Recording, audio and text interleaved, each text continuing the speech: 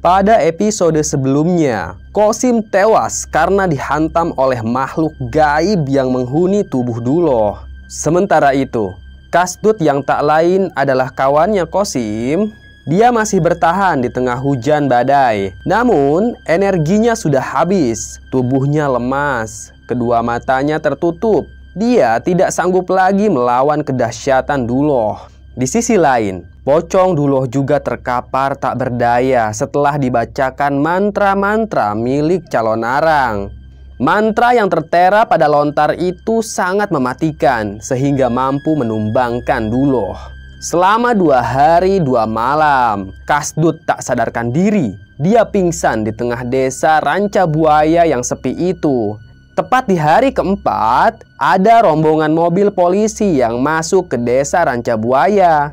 Mereka diutus pemerintah untuk mengamankan desa tersebut karena disinyalir jadi tempat kemusyrikan. Pak Muhid yang tak lain adalah camat di kawasan tersebut, dia tidak percaya akan adanya Pocong Duloh. Dia memang baru 1 minggu menjabat. Camat sebelumnya dimutasi ke daerah lain. Makanya Pak Muhid mendengar ada isu pocong di desa Ranca Buaya. Dia pun langsung mengutus polisi untuk mengamankan desa tersebut.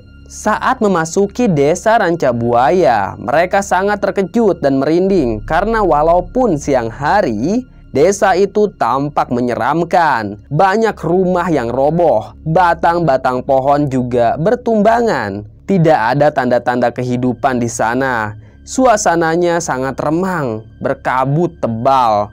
Turun dan periksa setiap sudut di desa ini, kata salah satu polisi yang menjadi pemimpin peleton.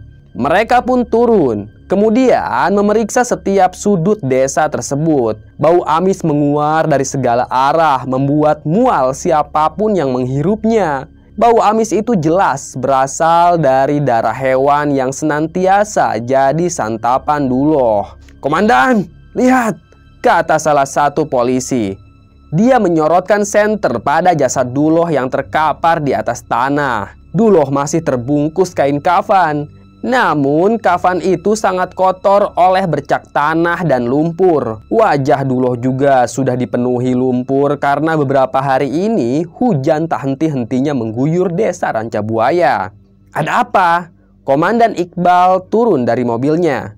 Dia menyalakan senter, kemudian menyorotkan senter itu pada jasad Duloh yang terkapar. Seketika saja Komandan Iqbal tercengang. "Terkutuklah roh jahat," desis Komandan Iqbal. Dia tidak menyangka kalau mitos Pocong Duloh itu benar-benar ada. Kedua tangan Komandan Iqbal bergetar. Dia perlahan mendekat pada Pocong Duloh. Dia menyorotkan senter itu semakin dekat. Wajah Duloh tampak tenang. Kedua matanya tertutup. "Gotong dan naikkan ke truk," ucap Komandan Iqbal. "Komandan, ada yang masih hidup," teriak anak buahnya dari arah kanan. Polisi itu menemukan Kasdut yang sudah berhari-hari tak sadarkan diri, tapi jantungnya masih berdetak. "Cepat naikkan dia ke atas truk," ucap Komandan Iqbal. Mereka pun menaikkan Kasdut ke atas truk. Kemudian rombongan polisi tersebut pergi dari desa Ranca Buaya. Mereka sudah memasang garis polisi di depan gapura desa tersebut. Pocong Duloh dibawa ke markas polisi, sementara Kasdut dirawat di puskesmas terdekat.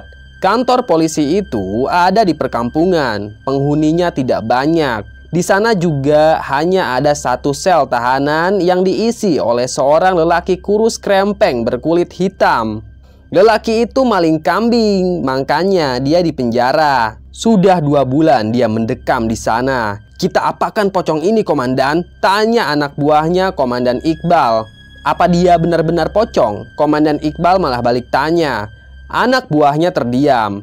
"Komandan, aku dengar yang meneror Ranca Buaya itu adalah Pocong Duloh. Dia punya ajian sakti yang tak bisa mati dan tak mempan dibakar. Kita coba saja bakar tubuhnya," ucap anak buahnya Komandan Iqbal. "Ya sudah, kita tes dulu kalau gitu," ucap Komandan Iqbal. Pocong Duloh pun digotong ke belakang.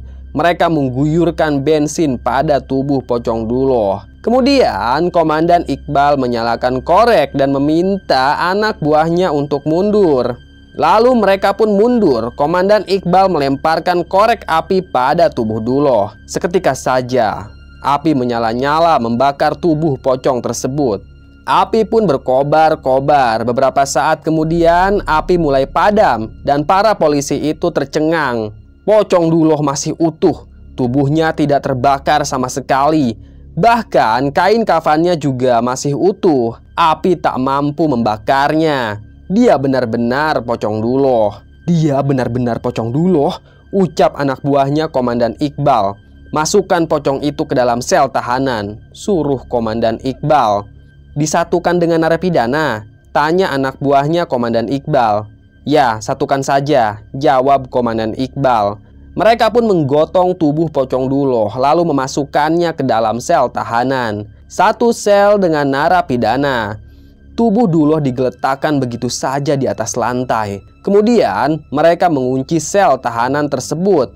Entah apa yang ada di pikiran Komandan Iqbal. Kenapa dia nekat mengurung iblis itu di dalam penjara? Seorang napi yang meringkuk sendirian di dalam sel.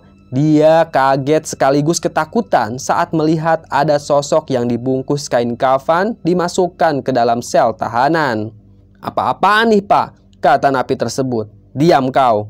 Jaga pocong itu. Kalau ada apa-apa teriak saja," ucap polisi tersebut. Sang napi ketakutan, tapi dia penasaran sehingga perlahan dia mendekati Pocong Duloh. Dia memperhatikan wajah pocong itu yang tampak tenang namun mengerikan. Sementara itu di puskesmas yang letaknya tidak jauh dari kantor polisi, Kasdut diinfus tepatnya di ruang gawat darurat. Dia tidak bergerak sama sekali. Hingga tepat jam 11 malam, jari telunjuk tangan kanannya bergerak-gerak. Kasdut tampaknya mulai sadar. Sontak saja kedua matanya melotot dengan serentak. Kini dia bangkit dalam posisi duduk sambil menarik napas dalam-dalam seperti orang yang baru saja selamat dari tenggelam. "Tenang, Pak, jangan dulu bangun. Tidur saja dulu. Bapak masih sakit," ucap seorang suster sambil menghampiri Kasdut. Namun Kasdut malah mencabut jarum infus dari tangannya. Kemudian dia menyibakkan selimut dan langsung menusuk paha kanannya menggunakan jarum infus. Tusukan itu sangat keras. Dia menarik jarum infus tersebut sampai merobek permukaan kulit pahanya. Untung saja jarum itu tidak patah. Suster berteriak minta tolong saat melihat aksi Kasdut yang aneh tersebut. Dari dalam kulit pahanya, Kasdut mengeluarkan sebuah kertas yang berisi mantra-mantra. Itu adalah salinan mantra calon narang. Sengaja Kasdut menyimpannya untuk digunakan dalam kondisi terdesak. Kasdut meringis kesakitan. Darah membasahi paha dan tempat tidurnya. Segera petugas puskesmas berdatangan. "Jangan mendekat, aku tidak mau menyakiti kalian," bentak Kasdut. Dia masih duduk di atas brankar. Para petugas pun mundur. Mereka ngeri melihat tingkah Kasdut yang melukai dirinya sendiri. Jarum infus masih tertancap di pahanya. Kasdut membuka kertas yang berlumuran darah. Dia membersihkan darah tersebut agar aksaranya kelihatan. Kemudian dia bergumam merapalkan mantra calon narang. Seketika saja kaca jendela puskesmas itu pecah. Para petugas puskesmas lari ketakutan. Permukaan tanah di gedung itu berguncang-guncang sehingga plafon ruangannya berjatuhan. Pekakas di dalam puskesmas juga berantakan. Ruangan itu seperti kapal pecah. Kasdut membaca mantra semakin keras. Angin besar tiba-tiba muncul. Kemudian perlahan angin itu mereda. Kasdut berdiri di atas tempat tidurnya. Dia kemudian loncat melalui jendela. Jarum infus itu lepas dari pahanya. Kasdut ternyata mendatangi kantor polisi karena di sana ada Pocong Duloh. Kasdut dapat mencium aroma pocong itu. "Serahkan Pocong Duloh padaku. Iblis itu sangat berbahaya. Biar aku yang mengurusnya," ucap Kasdut. Dia berdiri di depan kantor polisi. Komandan Iqbal keluar dari ruangannya. "Kami akan serahkan pocong ini ke lembaga penelitian. Biar diusut lebih tuntas," ucap Komandan Iqbal. "Ide buruk," ucap Kasdut. "Kalian akan dimakan hidup-hidup oleh pocong itu," ucap Kasdut. Dan tak lama kemudian ada yang berteriak di sel tahanan. Segera Komandan Iqbal dan anak buahnya masuk ke dalam kantor untuk memeriksa apa yang sedang terjadi. Mereka kaget saat melihat Pocong Duloh sedang mencabik-cabik tubuh seorang napi yang sudah tidak bernyawa. Para polisi itu pun mengeluarkan pistol mereka lalu menembaki Pocong Duloh dari luar sel. "Bajingan!" teriak Komandan Iqbal sambil terus menembaki Pocong Duloh.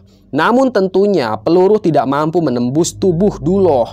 Butiran peluru itu bergeletakan di atas lantai. Pocong Duloh tidak mempedulikan serangan para polisi itu. Dia terus mencabik-cabik tubuh napi sambil menghisap darahnya. Kasdut sudah masuk ke dalam ruangan. Dia memperhatikan kebuasan Pocong Duloh. "Hentikan tembakan kalian. Percuma, Pocong Duloh tidak akan bisa mati. Lebih baik kalian lari. Selamatkan diri kalian masing-masing," ucap Kasdut. Satu persatu polisi itu lari keluar dari kantor. Mereka ketakutan melihat Pocong Duloh yang semakin buas saja. Saat Pocong itu selesai menghisap darah korbannya, Pocong itu pun menatap Kasdut. Wajahnya penuh darah. Makhluk mengerikan itu tidak akan segan-segan menghabisi Kasdut. Segera Kasdut mengeluarkan kembali kertas dari dalam saku bajunya. Dia merapalkan mantra itu dengan lantang. Seketika Duloh terpental, tubuhnya membanting pada tembok penjara sampai tembok itu jebol. Namun Kasdut masih membaca mantra calon narang. Hingga perlahan tubuhnya berubah menjadi makhluk mengerikan. Kedua mata Kasdut menonjol keluar. Lidahnya menjuntai, kakinya seperti kaki hewan. Tangannya penuh dengan kuku yang sangat tajam. Dia berubah menjadi leak bali. Sungguh mengerikan. Kasdut membongkar jeruji penjara. Dia menghampiri Duloh yang tadi sempat terpental. "Menyerahlah wahai iblis," ucap Kasdut. Ada api yang menyala-nyala di matanya. Dia berhasil menguasai ilmu leak tingkat tinggi. Kemudian Kasdut merapalkan kembali mantra tersebut membuat Duloh kesakitan. Dia terkapar di atas tanah seperti cacing yang kepanasan. Tapi tentu Pocong itu tidak tinggal diam. Lidahnya menjulur panjang melilit tubuh Kasdut. Namun Kasdut menyembur lidah itu dengan api yang keluar dari mulutnya. Lidah Duloh pun lepas. Dia tidak sanggup menahan ajian sakti yang dimiliki leak tersebut. Perlahan Duloh lunglai. Kedua matanya terpejam. Kasdut akhirnya bisa menaklukkan Pocong Duloh. Segera dia mengikat tubuh Pocong Duloh ke punggungnya. Kemudian Kasdut yang masih berwujud leak, dia melompat dari satu pohon ke pohon lainnya. Di punggungnya ada Pocong Duloh yang tak sadarkan diri. Entah kemana Kasdut akan membawa Pocong itu. Yang jelas dia adalah anak buahnya calon narang. Barangkali dia akan membawa Duloh ke hadapan calon narang. Bersambung. Terima kasih sudah menyimak cerita Mbah. Tunggu cerita-cerita lainnya ya. Tetap sehat dan salam getih.